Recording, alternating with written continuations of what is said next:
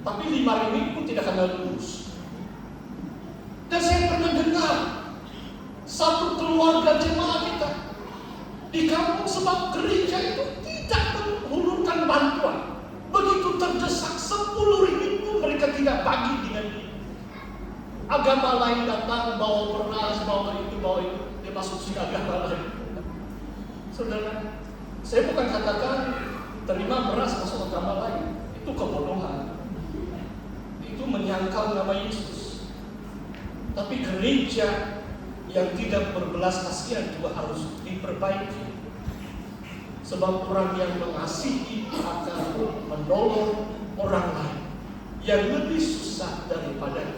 Kalau kita mengasihi, kita mengalami Tuhan itu di dalam kita, dan kita ada di dalam Tuhan. Saudara, beberapa ayat yang terakhir, dalam hal ini kasih Allah sempurna di dalam kita, yaitu kalau kita mempunyai keberanian percaya pada hari penghakiman. Karena sama dengan Dia, kita juga ada di dalam dunia ini. Saudara, mungkin di perkara kelima atau ke-6 sudah. Kepastian kita adalah kita mempunyai keberanian pada hari penghakiman. Wah, saudara, kalau kita tidak pasti, seperti kata orang lain, wah, tengok bagaimana masuk surga atau tidak? Bahaya. Selagi kita percaya Yesus, kita pasti masuk surga.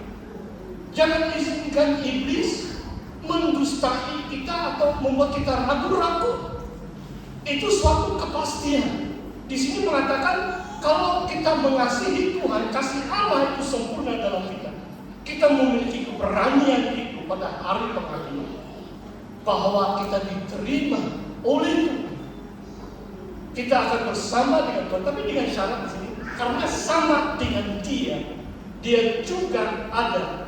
Kita juga ada di dalam dunia. Maksudnya kita serupa Kristus. Kita beberapa kali dalam kitab Injil, Yesus melakukan mukjizat. Yesus menukar beberapa roti atau ikan, memberi makanan kepada 5.000 orang. Kenapa? Sebab dia tergerak oleh belas kasihan. Adakah kita sama seperti Dia, yaitu Yesus? Kalau kita sama seperti Yesus, kita memiliki keberanian pada hari penghakiman. Sebab kita sudah hidup di depan kita seperti Tuhan Yesus melayani waktu Dia berada di dalam dunia ini. Ayat 18, di dalam kasih tidak ada ketakutan. Kasih yang sempurna melenyapkan ketakutan, sebab ketakutan mengandung hukuman, dan barang siapa takut, yang tidak sempurna di dalam kasih. Saudara, kalau saya renungkan ayat ini, bukan mudah, saudara. Sebab kebiasaan manusia kita, seringkali kita rasa ada ketakutan, kan? 7 tahun yang lalu atau 8 tahun yang lalu, saya pernah melayani di kawasan ini. Tapi 7 tahun itu agak panjang. Apa yang sudah berlaku 2,5 tahun, ada pandemik COVID-19, kan? Wah, saya rasa waktu pandemik itu ramai orang, ketakutan. Kerajaan beri kelonggaran, buka gereja pun tutup terus. Tidak tahu kamu tahu atau tidak. Di Kota Kinabalu tidak tahu berapa gereja yang berani buka gereja, walaupun kerajaan beri kelonggaran. Dan ada juga jemaat, salah satu saudara kamu di sini, dan pastor tidak berani bersaksi yang bukan-bukan. 2 tahun saya melayani waktu pandemik.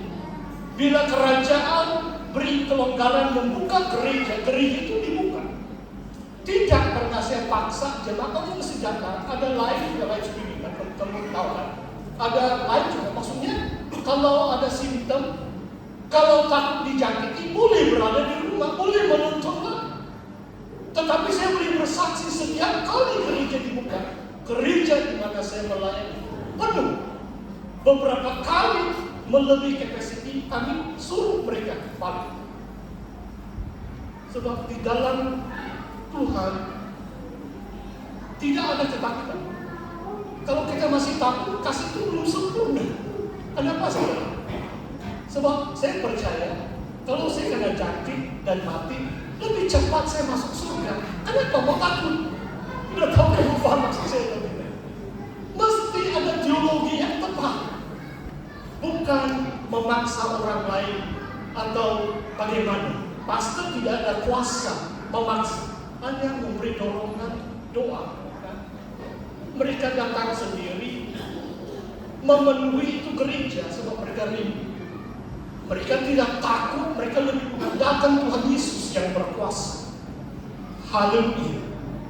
Di dalam kasih tidak ada ketakutan. Kasih yang sempurna melenyapkan ketakutan. Haleluya. Wah, ini mungkin sudah perkara yang ketujuh. Sebab saya sudah memandu dekat 6 jam. Ada baik besok baru saya sambung. Suara saya semakin sarung. Haleluya. Mari kita berdoa. Mari kita tunduk kepala. Mari kita datang kepada Tuhan. Haleluya Tuhan. Terima kasih ya Bapak. Engkau sangat baik ya Tuhan. Tema Natal yang telah ditentukan oleh pimpinan kawasan sungguh luar biasa, hidup dalam kepastian.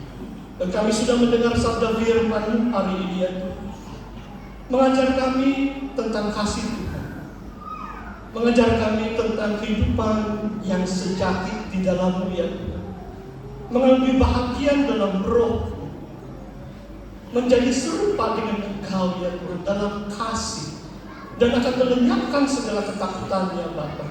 Terpujilah nama-Mu ya Tuhan. Haleluya Tuhan. Inilah doa kami ya Bapa, supaya Bapa kami terus rindu, haus akan kebenaran firman-Mu, dan Engkau terus memberi kami semangat untuk meneruskan beberapa sesi Natal pada tahun ini, sehingga kami dapat mendengar sabda firman-Mu. Haleluya Tuhan. Inilah doa kami ya Bapa. Di dalam dan di atas nama Tuhan Yesus Kristus, kami mengucap syukur dan berdoa semuanya ini. Kita yang percaya Tuhan katakan amin. Amin. Saya serahkan kembali kepada pengacara.